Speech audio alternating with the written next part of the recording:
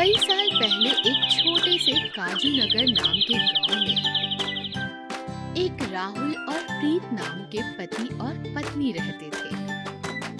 उनकी दो प्यारी प्यारी बेटियां थीं। एक का नाम था रिया और दूसरी का नाम था सिया। राहुल एक किसान था। वो काफी होशियार और सोच समझ कर चलने वाला व्यक्ति था। वो रात दिन मेहनत करके अपनी फसल को बाजार में बेचकर अच्छी रकम कमाता था। ऐसे ही उसका जीवन कई सालों तक आनंदमय बीतता रहा। अचानक कुछ महीनों बाद तेज बारिश होने लगी और चारों तरफ पानी ही पानी था। राहुल हर दिन बस यही आस लगाए बैठता कि कब बारिश रुके और तेज धूप से सारा नष्ट हुआ फसल दोबारा ठीक हो जाए।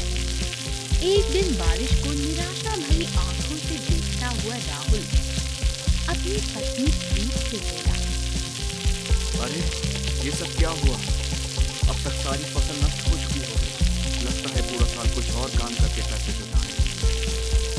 आप घबराइए मत, भगवान जी हमारा साथ जरूर देंगे। मुझे उन पर पूरा भरोसा है। प्रीत ये सब सुनकर खाना बनाने रसोई में चली जाती है। पर राहुल वही खिड़की के नजदीक बैठकर बारिश के रुकने का इंतजार करते करते वही कुर्सी पर बैठा बैठा सो जाता है। अगली सुबह जब वो उठता है और खिड़की से बाहर की ओर झांकता है तो उसकी खुशी का ठिकाना ही नहीं रहता। सारा आसमान साफ और खिलखिलाती हुई धूप, चारों ओर खुशी का माहौल होता है। तुरंत राहुल नहाकर अपना खेती का सामान लेकर खेत की ओर जाता है। खेत की तरफ देखते ही उसकी सारी खुशी दुख में बदल जाती है और वो वहीं एक बड़े पत्थर पर बैठकर सोचने लगता है।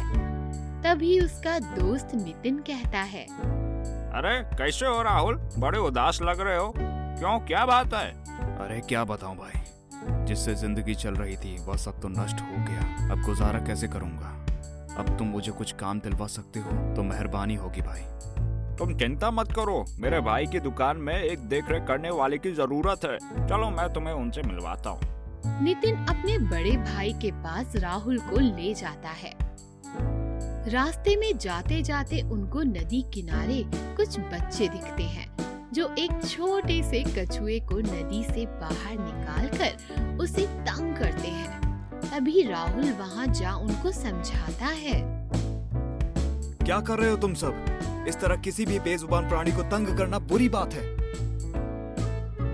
राहुल की ये बात सुनकर सभी बच्चे बिना कुछ बोले चले जाते हैं और राहुल उस कछुए को नदी में छोड़ देता है। जैसे ही कछुआ नदी में जाता है वो महालक्ष्मी का रूप ले लेता है। ये सब देखकर राहुल और नितिन हक्के बक्के रह जाते हैं। तभी देवी माँ कहती है, पुत्र आपका बहुत बहुत धन्यवाद। कई दिनों की तेज बारिश के चलते नदी का सारा पानी किनारों के बाहर जा पहुंचा, जिससे मैं भी बहाव के साथ यहाँ तक बह गई। आपने मेरी जान बचाई। मैं आप दोनों की एक एक इच्छा पूरी करूंगी। तभी नितिन चिल्लाया और अपनी इच्छा कहने लगा, मैं चाहता हूँ कि मेरा पूरा खेत सोने का बन जाए। तथास्तु नितिन, तुम्हारी इच्छा जरूर पूरी होगी। अरे राहुल, तुम इतनी गहरी सोच में क्यों पड़ गए? तुम्हारी क्या इच्छा है, मांग लो। राहुल काफी सोच समझकर देवी से कहता है, माँ, मेरे खेत में अधिक पानी की वजह से साल भर की फसल बर्बाद हो गई। इसलिए मैं चाहता हूँ कि मेरे खेत की फसलों में सोना उगे। तथास्तु, तुम दोनों की इच्छाएं जरूर पूरी होंगी, पर तुम्हें कल का इंतजार करना होगा। सदा सुखी रहो। राहुल और नितिन अगली सुबह मिलकर सबसे पहले नितिन के खेत में जाते हैं तो देखते हैं कि पूरा खेत सोने की तरह चमक रहा होता है। पास जाने पर उन्हें मिट्टी भी सोने की दिखाई देती है। तभी नितिन मिट्टी को उगाने का प्रयास करता है, पर मिट्टी सोना बनकर कड़क हो जाती है।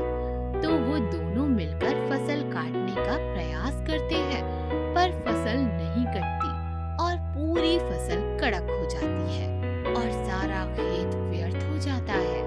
ये सब क्या हुआ? सब बर्बाद हो गया। मेरी सारी मेहनत बेकार हो गई। ना तो ये सोना बेचा जा सकता है और ना खेत में फसल उगाई जा सकती है। चलो राहुल, तुम्हारी भी खेत का कहीं यही हाल ना हुआ हो। हाँ चलो देखते हैं। जब दोनों मिलकर राहुल के खेत में पहुंचते हैं तो देखते हैं कि खेत पर हरे भरे पौधों पर सोने के अमरूद, सेब और सीताफल लटक रहे होते हैं। अब समझे उस दिन में इतना वक्त क्यों लग रहा था। हमेशा निर्णय सोच समझ कर लेना चाहिए, क्योंकि जल्दबाजी का काम शैतान का होता है। नितिन अपनी गलती मान लेता है और आगे से सोच समझ कर निर्णय लेने का वादा करता है। वो राहुल के खेत में फसल